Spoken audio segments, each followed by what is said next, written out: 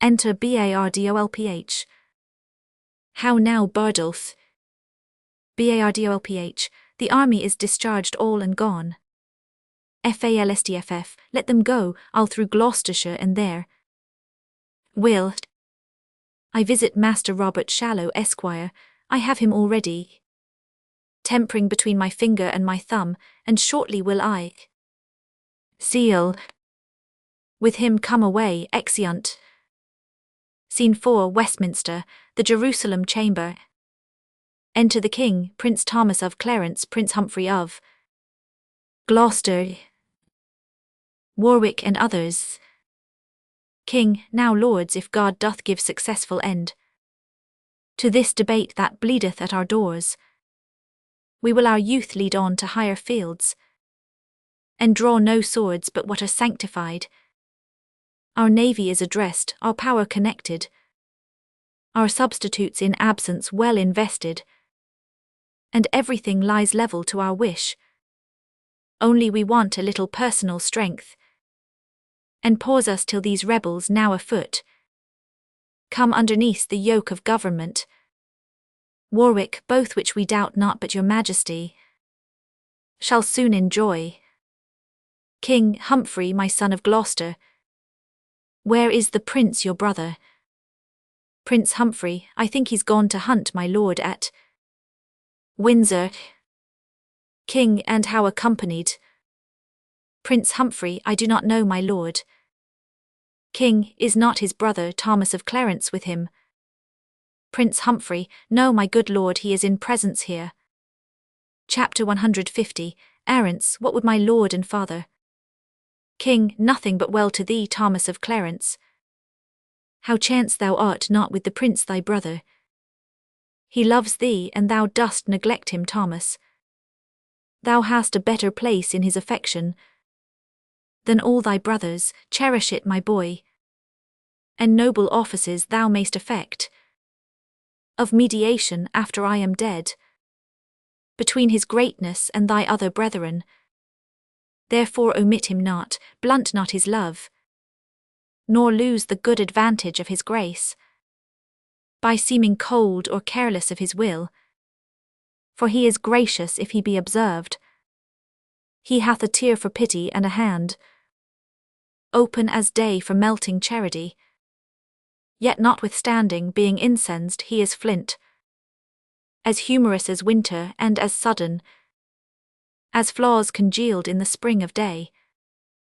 His temper, therefore, must be well observed. Chide him for faults and do it reverently, when you perceive his blood inclined to mirth. But being moody, give him line and scope, till that his passions, like a whale on ground, confound themselves with working. Learn this, Thomas, and thou shalt prove a shelter to thy friends, a hoop of gold to bind thy brothers in, that the united vessel of their blood, mingled with venom of suggestion, as force perforce the age will pour it in, shall never leak, though it do work as strong as aconitum or rash gunpowder. Chapter 150, Arrants, I shall observe him with all care and love. King, why art thou not at Windsor with him, Thomas? Chapter 150, Arrants, he is not there today, he dines in London. King, and how accompanied, canst thou tell that? Chapter 150, Arrants, with Poins and other his continual followers. King, most subject is the fattest soil to weeds, and he, the noble image of my youth, is overspread with them. Therefore my grief stretches itself beyond the hour of death. The blood weeps from my heart when I do shape in forms imaginary, unguided days, and rotten times that you shall look upon, when I am sleeping with my ancestors. For when his headstrong riot hath no curb, when rage and hot blood are his counsellors, when means and lavish manners meet together, oh, with what wings shall his affections fly towards fronting peril and Arpa's decay. Warwick, my gracious lord, you look beyond him quite. The prince but studies his companions, like a strange tongue wherein to gain the language. 'Tis needful that the most immodest word be looked upon and learnt, which once attained, your highness knows comes to no further use, but to be known and hated, so like gross terms. The prince will, in the perfectness of time, cast off his followers, and their memory shall as a pattern or a measure live, by which his grace must meet the lives of other, turning past evils to advantages. King, 'tis seldom when the bee doth leave her comb in the dead carrion. Enter Wstmorland. Who's here, Westmoreland? Wstmorland, health to my sovereign and new happiness. Added to that am to deliver. Prince John, your son, doth kiss your grace's hand. Mowbray, the bishop, Scroop, Hastings, and all are brought to the correction of your law. There is not now a rebel's sword unsheathed, but peace puts forth her olive everywhere. The manner how this action hath been borne, here at more leisure may your highness read, with every course in his particular.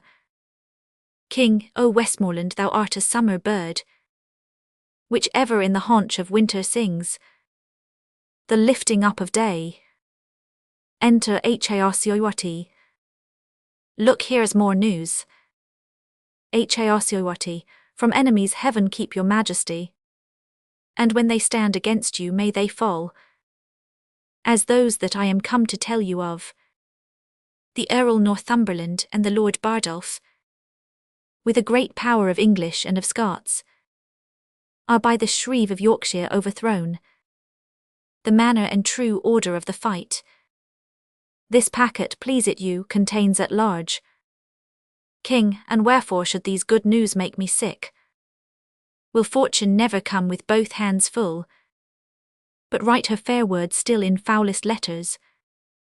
She either gives a stomach and no food, such are the poor in health, or else a feast, and takes away the stomach, such are the rich, that have abundance and enjoy it not. I should rejoice now at this happy news, and now my sight fails and my brain is giddy. O me, come near me now, I am much ill. Prince Humphrey, comfort your majesty. Chapter 150, Arrants, O my royal father. Wstmorland, my sovereign lord, cheer up yourself, look up.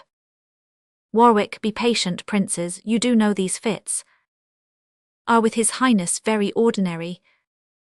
Stand from him, give him air, he'll straight be well.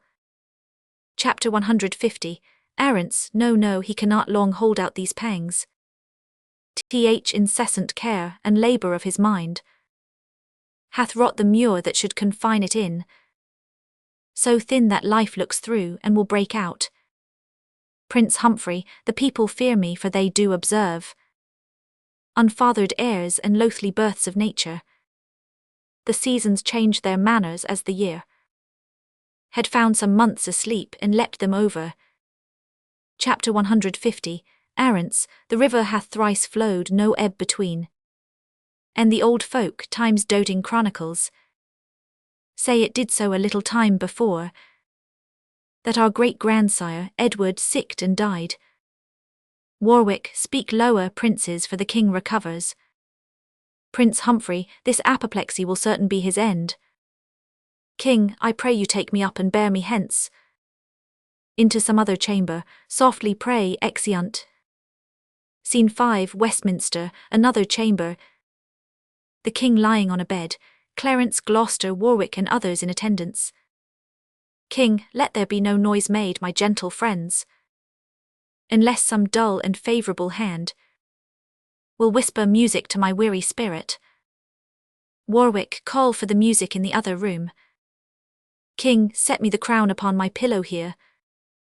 Chapter 150, Arrants, his eye is hollow and he changes much. Warwick, less noise, less noise. Enter Prince Henry. Prince, who saw the Duke of Clarence. Chapter 150, Arrants, I am here, brother, full of heaviness. Prince, how now, reign within doors and none abroad. How doth the king? Prince Humphrey exceeding ill. Prince, heard he the good news yet? Tell it him. Prince Humphrey, he altered much upon the hearing it. Prince, if he be sick with joy, he'll recover without physic. Warwick, not so much noise, my lords, sweet prince, speak low. The king your father is disposed to sleep. Chapter 150, Arents, let us withdraw into the other room. Warwick, wilt please your grace to go along with us? Prince, no, I will sit and watch here by the king. Exeunt all but the prince. Why doth the crown lie there upon his pillow, being so troublesome a bedfellow? O polished perturbation, golden care, that keeps the ports of slumber open wide. To many a watchful night, sleep with it now, yet not so sound and half so deeply sweet, as he whose brow with homely big and bound snores out the watch of night. O majesty, when thou dost pinch thy bearer, thou dost sit like a rich armour worn in heat of day, that scalds thee with safety. By his gates of breath there lies a downy feather which stirs not.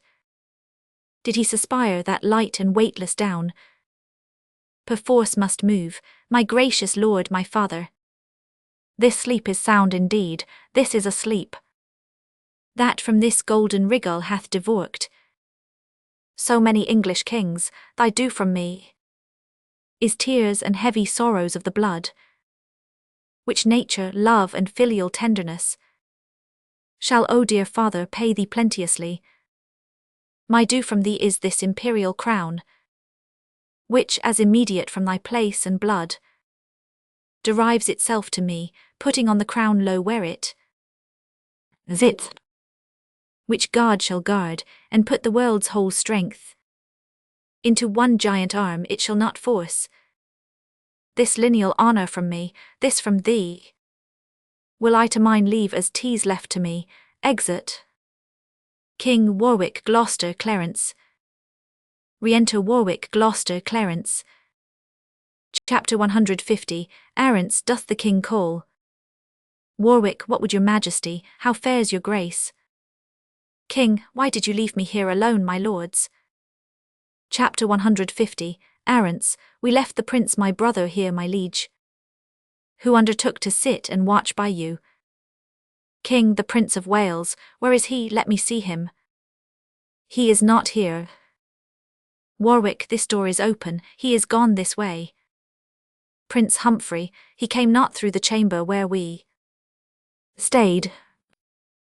King, where is the crown? Who took it from my pillow? Warwick, when we withdrew, my liege, we left it here. King, the prince hath ta'en it hence, go seek him out.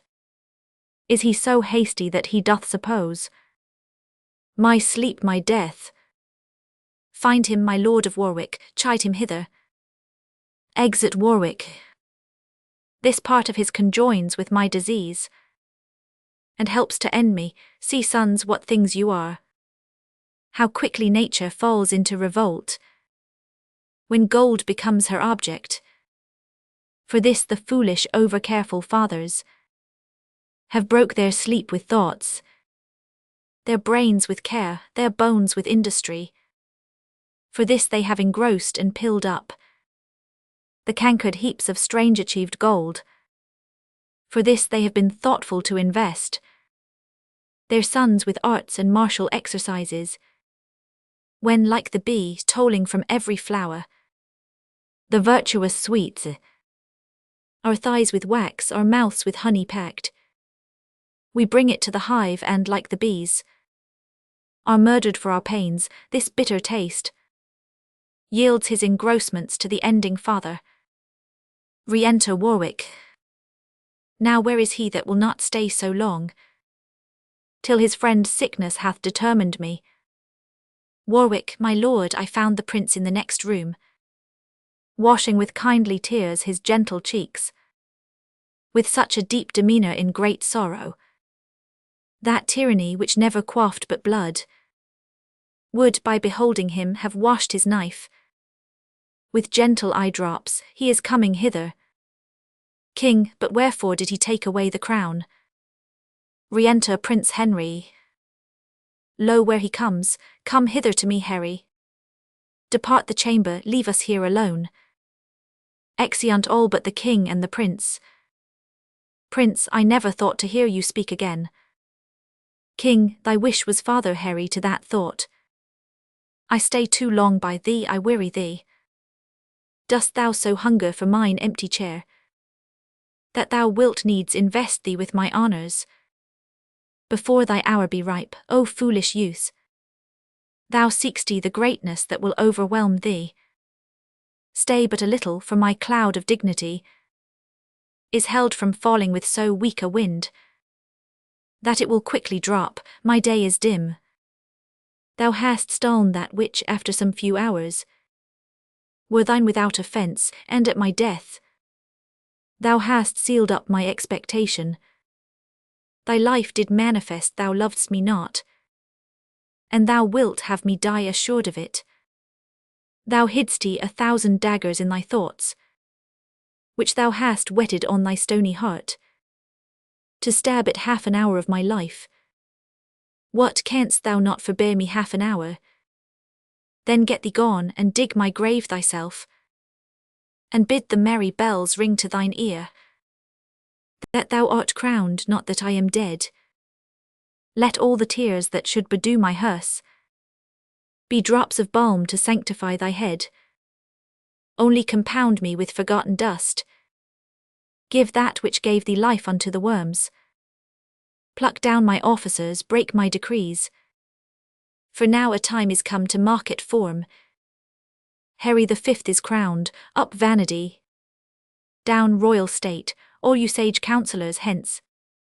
And to the English court assemble now, from every region, apes of idleness. Now, neighbour confines, purge you of your scum. Have you a ruffian that will swear, drink, dance, revel the night, rob, murder, and commit the oldest sins, the newest kind of ways?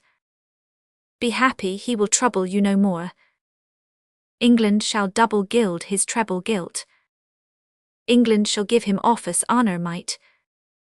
For the fifth Harry from curbed licence plucks the muzzle of restraint, and the wild dog shall flesh his tooth on every innocent. O my poor kingdom, sick with civil blows, when that my care could not withhold thy riots, what wilt thou do when riot is thy care? O thou wilt be a wilderness again, peopled with wolves, thy old inhabitants. Prince, oh pardon me, my liege, but for my tears, the moist impediments unto my speech.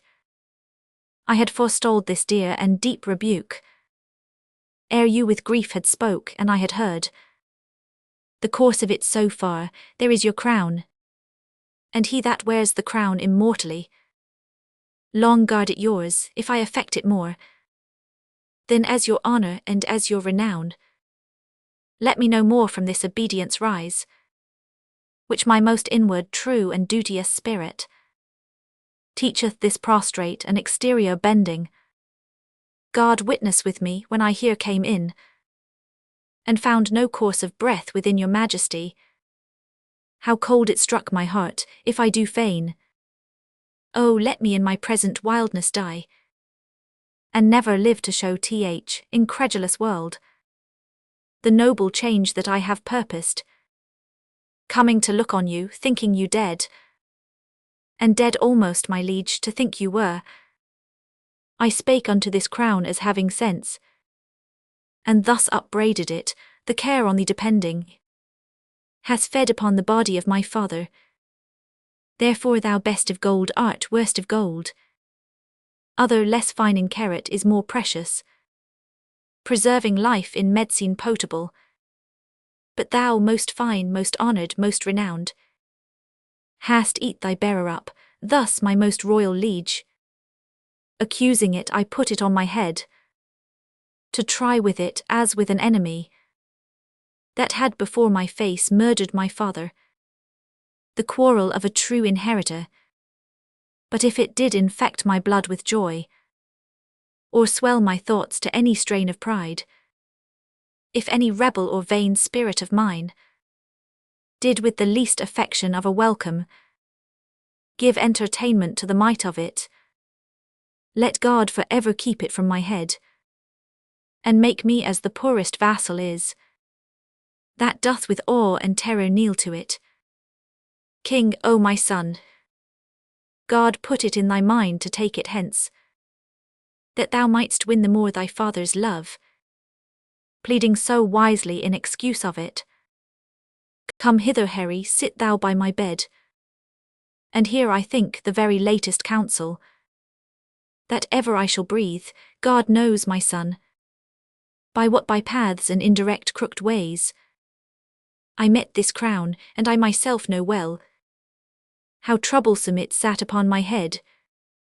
To thee it shall descend with better quiet, better opinion, better confirmation, for all the soil of the achievement goes with me into the earth, it seemed in me, but as an honour snatched with boisterous hand, and I had many living to upbraid my gain of it by their assistances, which daily grew to quarrel and to bloodshed, wounding supposed peace. All these bold fears thou seest with peril I have answered, for all my reign hath been but as a scene, acting that argument, and now my deaths changes the mood, for what in me was purchased falls upon thee in a more fairer sort. So thou the garland wear'st he successively, yet though thou stand'st he more sure than I could do, thou art not firm enough, since griefs are green, and all my friends, which thou must make thy friends, have but their stings and teeth newly ta'en out, by whose fell working I was first advanced, and by whose power I well might larger fear to be again displacked, which to avoid I cut them off, and had a purpose now to lead out many to the Holy Land, lest rest and lying still might make them look too near unto my state. Therefore, my Harry, be it thy course to busy giddy minds with foreign quarrels, that action hence borne out may waste the memory of the former days. More would I, but my lungs are wasted so that strength of speech is utterly denied me. How I came by the crown, O God, forgive, and grant it may with thee in true peace live. Prince, my gracious liege, you won it, wore it, kept it, gave it me.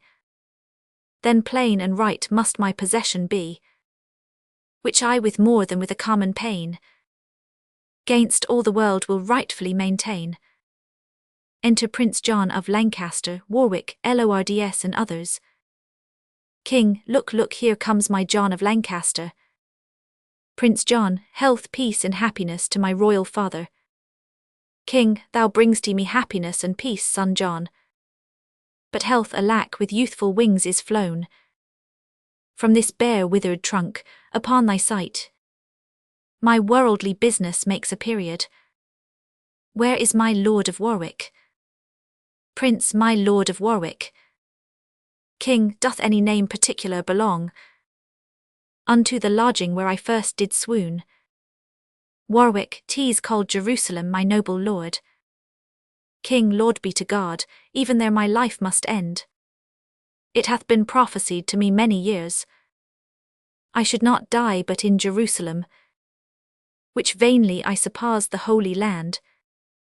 But bear me to that chamber, there I'll lie. In that Jerusalem shall Harry die. Exeunt.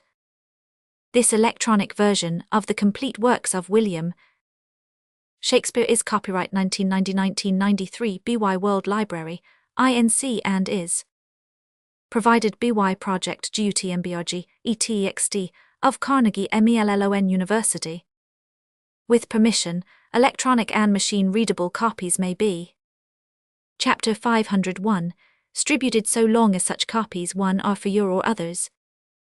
Personal use only, and 2 are not distributed or used commercially. Prohibited commercial distribution includes by any service that charges for download time or for membership.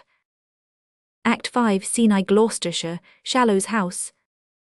Enter Shallow, Falstaff, bardolph and page. Shallow, by cark and pie, sir, you shall not away tonight. What, Davy, I say? Falstaff, you must excuse me, Master Robert Shallow. Shallow, I will not excuse you, you shall not be excused.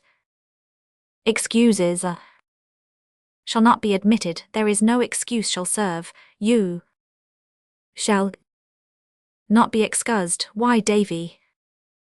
Enter Davy. Davy, here, sir.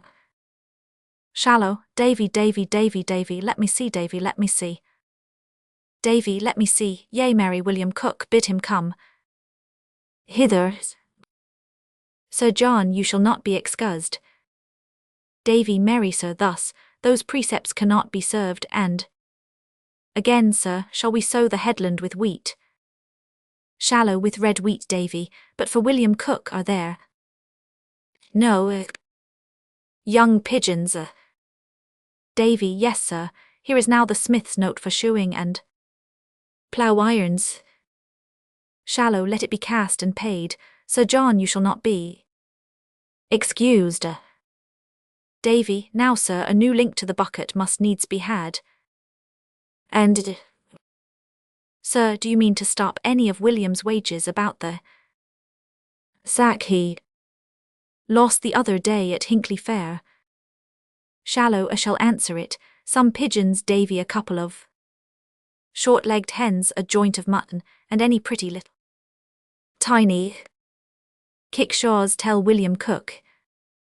Davy, doth the man of war stay all night, sir? Shallow, yea, Davy, I will use him well. A friend ith court is better than a penny in purse. Use his men well, Davy, for they are errant knaves and will backbite. Davy, no worse than they are backbitten, sir, for they have marvellous foul linen. Shallow, well conceited, Davy, about thy business, Davy. Davy, I beseech you, sir, to countenance William Visor of Woncart against Clement Perks o.th Hill. Shallow, there is many complaints, Davy, against that Visor. That Visor is an errant knave, on my knowledge. Davy, I grant your worship that he is a knave, sir, but yet God forbid, sir, but a knave should have some countenance at his friend's request. An honest man, sir, is able to speak for himself when a knave is not. I have served your worship truly, sir, this 8 years, and I cannot once or twice in a quarter bear out a knave against an honest man. I have but a very little credit with your worship. The knave is mine honest friend, sir. Therefore I beseech you, let him be countenanced. Shallow, go to, I say, he shall have no wrong. Look about. Davy, where are you, Sir John? Come. Off with your boots, give me your hand, Master Bardolph. Bardolph, I am glad to see your worship. Shallow, I thank thee with all my heart, kind Master Bardolph. And welcome, my tall fellow. Come, Sir John. Falstaff, I'll follow you, good Master Robert Shallow. Bardolph, look to our horses, exeunt. Bardolph. And page, if I were sawed into quantities, I should make 4 dozen of such bearded hermits' staves as Master Shallow. It is a wonderful thing to see the semblable coherence of his men's spirits and his, they by observing of him do bear themselves like foolish justices. He by conversing with them is turned into a justice-like serving man. Their spirits are so married in conjunction with the participation of society that they flock together in consent like so many wild geese. If I had a suit to Master Shallow, I would humour his men with the imputation of being near their master. If to his men I would curry with Master Shallow that no man could better command his servants. It is certain that either wise bearing or ignorant carriage is caught. As men take diseases one of another, therefore let men take heed of their company. I will devise matter enough out of this shallow to keep Prince Harry in continual laughter, the wearing out of zigzag fashions, which is 4 terms or 2 actions, and a shall laugh without intervallums. Oh, it is much that a lie with a slight oath and a jest with a sad brow will do with a fellow that never had the ache in his shoulders. Oh, you shall see him laugh till his face be like a wet cloak ill laid up. Shallow Sir John Falstaff. I come, Master Shallow, I come, Master Shallow. Exit. Scene 2, Westminster, the Palace. Enter, severally, Warwick and the Lord Chief Justice. Warwick, how now, my Lord Chief Justice, whither away? Chief Justice, how doth the King? Warwick, exceeding well, his cares are now all ended. Chief Justice, I hope not dead. Warwick, he's walked the way of nature, and to our purposes he lives no more. Chief Justice, I would his Majesty had called me with him. The service that I truly did his life hath left me open to all injuries. Warwick, indeed I think the young King loves you not. Chief Justice, I know he doth not, and do arm myself to welcome the condition of the time, which cannot look more hideously upon me than I have drawn it in my fantasy. Enter Lancaster, Clarence, Gloucester, Wstmorland and others. Warwick, here comes the heavy issue of dead Harry. Oh, that the living Harry had the temper of he, the worst of these 3 gentlemen. How many nobles then should hold their places that must strike sail to spirits of vile sort? Chief Justice, O God, I fear all will be overturned. Prince John, good morrow, cousin Warwick, good morrow. Gloucester and Clarence, good morrow, cousin. Prince John, we meet like men that had forgot to speak. Warwick, we do remember, but our argument is all too heavy to admit much talk. Prince John, well, peace be with him that hath made us heavy. Chief Justice, peace be with us lest we be heavier. Prince Humphrey, oh good my lord, you have lost a friend. Indeed. And I dare swear you borrow not that face of seeming sorrow, it is sure your own. Prince John, though no man be assured what grace to find, you stand in coldest expectation. I am the sorrier, would 'twere otherwise. Chapter 150, Arrants, well you must now speak Sir John Falstaff fair, which swims against your stream of quality. Chief Justice, sweet princes, what I did in honour, led by impartial conduct of my soul, and never shall you see that I will beg a ragged and forestalled remission. If truth and upright innocency fail me, I'll to the King my master that is dead, and tell him who hath sent me after him. Warwick, here comes the prince. Enter King Henry the Fifth, attended. Chief Justice, good morrow, and God save your Majesty. King, this new and gorgeous garment, Majesty, sits not so easy on me as you think. Brothers, you mix your sadness with some fear. This is the English, not the Turkish court. Not Amurath and Amurath succeeds. But Harry, yet be sad, good brothers. For by my faith it very well becomes you. Sorrow so royally in you appears, that I will deeply put the fashion on, and wear it in my heart. Why then be sad? But entertain no more of it, good brothers, than a joint burden laid upon us all. For me, by heaven, I bid you be assured, I'll be your father and your brother too. Let me but bear your love, I'll bear your cares. Yet weep that Harry's dead, and so will I. But Harry lives that shall convert those tears. by number into hours of happiness. Brothers, we hope no otherwise from your majesty. King, you all look strangely on me, and you most. You are, I think, assured I love you not. Chief Justice, I am assured if I be measured rightly. Your majesty hath no just cause to hate me. King, no. How might a prince of my great hopes forget? So great indignities you laid upon me. What rate rebuke, and roughly send to prison? Immediate heir of England, was this easy? May this be washed in lethe and forgotten. Chief Justice, I then did use the person of your father. The image of his power lay then in me, and in administration of his law. Whiles I was busy for the Commonwealth, your Highness pleased to forget my place, the majesty and power of law and justice, the image of the King whom I presented, and struck me in my very seat of judgment, whereon, as an offender to your father, I gave bold way to my authority, and did commit you, if the deed were ill.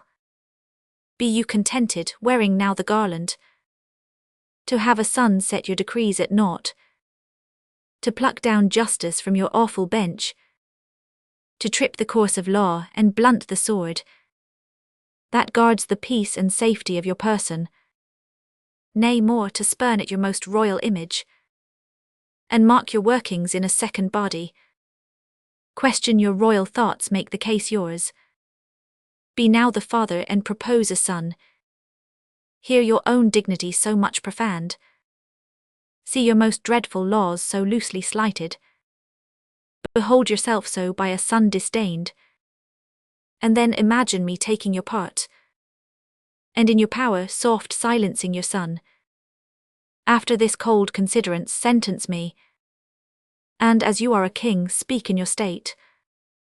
What I have done that misbecame my place, my person, or my liege's sovereignty.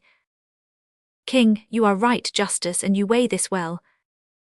Therefore still bear the balance and the sword. And I do wish your honours may increase, till you do live to see a son of mine.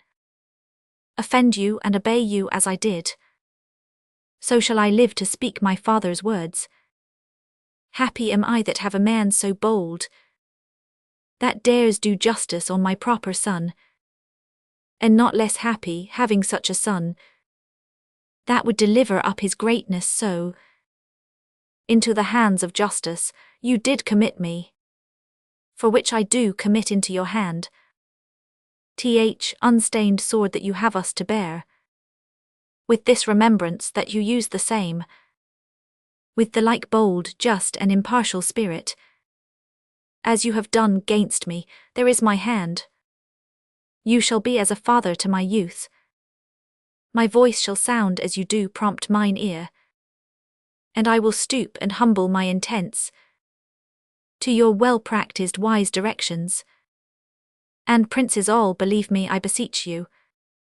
My father is gone wild into his grave, for in his tomb lie my affections, and with his spirits sadly I survive, to mark the expectation of the world, to frustrate prophecies, and to raise out rotten opinion who hath writ me down. After my seeming, the tide of blood in me hath proudly flowed in vanity till now. Now doth it turn and ebb back to the sea, where it shall mingle with the state of floods, and flow henceforth in formal majesty. Now call we our High Court of Parliament, and let us choose such limbs of noble counsel, that the great body of our state may go in equal rank with the best governed nation, that war or peace or both at once may be, as things acquainted and familiar to us, in which you, Father, shall have foremost hand. Our coronation done, we will acquite, as I before remembered, all our state, and God consigning to my good intents, no prince nor peer shall have just cause to say, God shorten Harry's happy life one day, exeunt. Scene 3, Gloucestershire, Shallow's orchard. Enter Falstaff, Shallow, Silence, Bardolph, the page, and Davy. Shallow, nay, you shall see my orchard where in an arbour we will eat a last year's pippin of mine own graffing, with a dish of caraways and so forth. Come, cousin Silence, and then to bed. Falstaff, for God you have here a goodly dwelling and rich. Shallow, Baron, beggars all, Sir John. Merry good air, spread Davy, well said. Davy. Falstaff, this Davy serves you for good uses, he is your serving man and your husband. Shallow, a good varlet, a very good varlet, Sir John, by the mass I have drunk too much sack at supper. Good varlet, now sit down, come cousin. Silence, sirrah, quoth they, we shall do nothing but eat and make good cheer, and praise God for the merry year, when flesh is cheap and females dear, and lusty lads roam here and there, so merrily, and ever among so merrily. Falstaff, there's a merry heart, good master Silence, I'll give you a health for that anon. Shallow, give Master Bardolph some wine, Davy. Davy, sweet sir, sit, I'll be with you anon, most sweet sir. Sit. Master Page, good Master Page, sit, preface what you want in meat we'll have in drink, but you must bear the hearts. Old. Exit. Shallow, be merry, Master Bardolph, and my little soldier. There. Be merry. Silence. Be merry, my wife has all. For women are shrews, both short and tall. 'Tis merry in hall when beards wagon, and welcome merry Shrovetide. Be merry. Falstaff, I did not think Master Silence had been a man of this mettle. Silence, who I have been merry twice and once ere now. Re-enter Davy. Davy, there's a dish of leather coats for you. Shallow, Davy.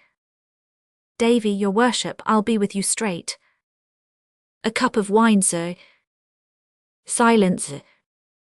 A cup of wine that's brisk and fine, and drink unto the lemon mine, and a merry heart lives long, Falstaff, well said, Master Silence. Silence, and we shall be merry, now comes in the sweet oth. Night.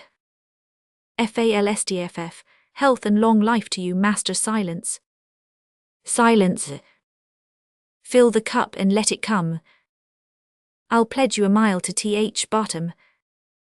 Shallow, honest Bardolph, welcome, if thou want'st anything and wilt not call beshrew thy heart, welcome, my little tiny thief.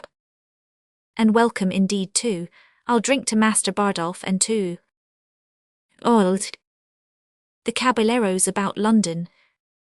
Davy, I hope to see London once ere I die.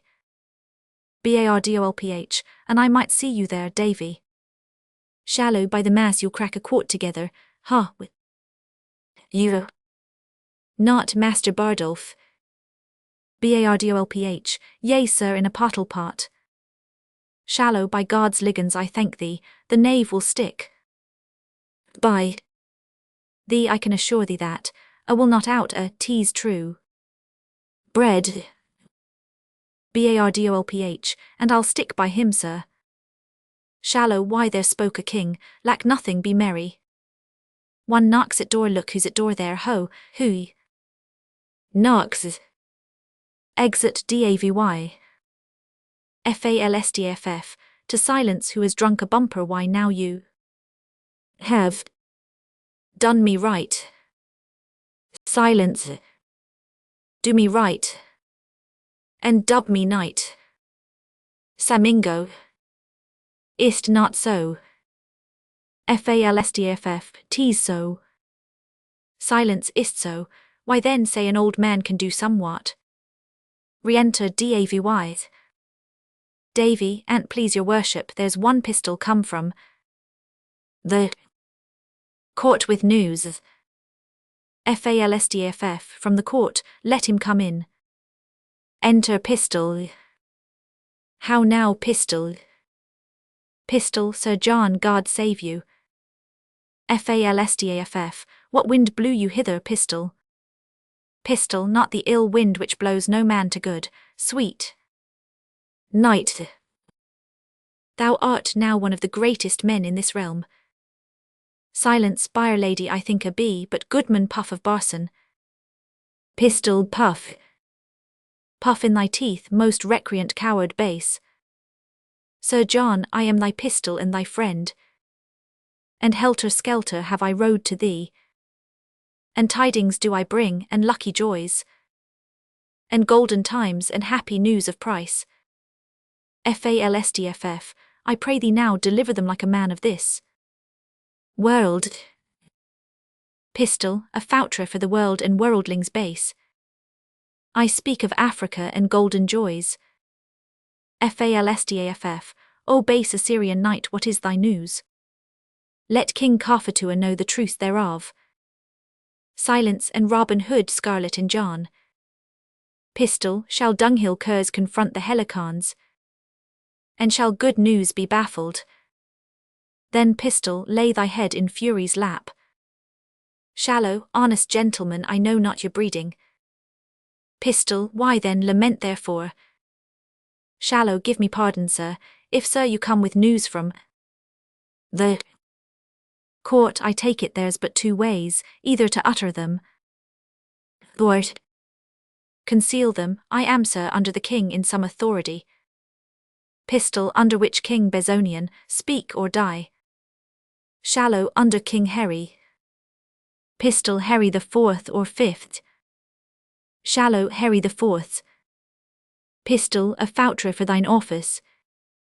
Sir John, thy tender lambkin now is king. Harry the 5th's the man, I speak the truth. When pistol lies do this, and fig me like the bragging Spaniard. Falstaff, what is the old king dead? Pistol, as nail in door, the things I speak are just. Falstaff, away Bardolph, saddle my horse, Master Robert. Shallow, choose what office thou wilt in the land, 'tis thine. Pistol, 1. Will double charge thee with dignities. Bardolph, O joyful day! I would not take a knighthood for my fortune. Pistol, what I do bring good news. Falstaff, carry Master Silence to bed, Master Shallow my lord. Shallow, be what thou wilt, I am fortune's steward, get on. Thy boots will ride all night, O sweet pistol, away Bardolph. Come pistol, utter more to me, and withal devise something to do thyself good. Boot, boot, master. Shallow, I know the young king is sick for me, let us take any man's horses. The laws of England are at my commandment, blessed Lord they that have been my friends, and woe to my lord chief justice. Pistol, let vultures vile seize on his lungs also. Where is the life that late I led, say they? Why, here it is, welcome these pleasant days. Exeunt. Scene 4, London, a street. Enter Beadles, dragging an hostess quickly and dull trshet. Hostess, no, thou errant knave, I would to God that I might dies, that I might have thee hanged. Thou hast drawn my shoulder out of it. Joint. First Beadle, the constables have delivered her over to me, and she shall have whipping cheer enough, I warrant her. There hath been a man or two lately killed about her. Dull nuthook you lie, come on, I'll tell thee. What? Thou damned tripe-visaged rascal, and the child I now go with. Do Miscarry, thou wert better thou hadst struck thy mother, thou paper fact villain. Hostess, oh the Lord that Sir John were come, he would make this a bloody day to somebody, but I pray God the fruit of her womb. Miscarry. First beadle, if it do, you shall have a dozen of cushions. Again. You have but 11 now, come I charge you both go with me. For the man is dead that you and pistol beat amongst you. Doll, I'll tell you what you thin man in a censer I will have. You as soundly swinged for this, you blue bottle rogue, you filthy famished correctioner, if you be not swinged I'll forswear. Half kirtles is first beadle, come you she knight errant come. Hostess, O God that right should thus overcome might. Well of sufferance comes ease. Doll, come you rogue come, bring me to a justice. Hostess, I come you starved bloodhound. Doll, goodman death, goodman bones. Hostess, thou atomy thou. Doll, come you thin thing, come you rascal. First beadle, very well, exeunt. Scene 5, Westminster, near the Abbey. Enter Grooms, strewing rushes. First groom, more rushes, more rushes. Second groom, the trumpets have sounded twice. Third groom, 'twill be 2 o'clock ere they come from the coronation. Dispatch, dispatch, exeunt. Trumpets sound, and the king and his train pass over the stage. After them enter Falstaff, Shallow, Pistol, Bardolph, and Page. Falstaff, stand here by me, Master Robert Shallow, I will make the king do you grace, I will leer upon him as a comes by, and do but mark the countenance that he will give me. Pistol, God bless thy lungs, good night. Falstaff, come here, Pistol, stand behind me. Oh, if I had had to have made new liveries, I would have bestowed the £1,000 I borrowed of you, but 'tis no matter this. Poor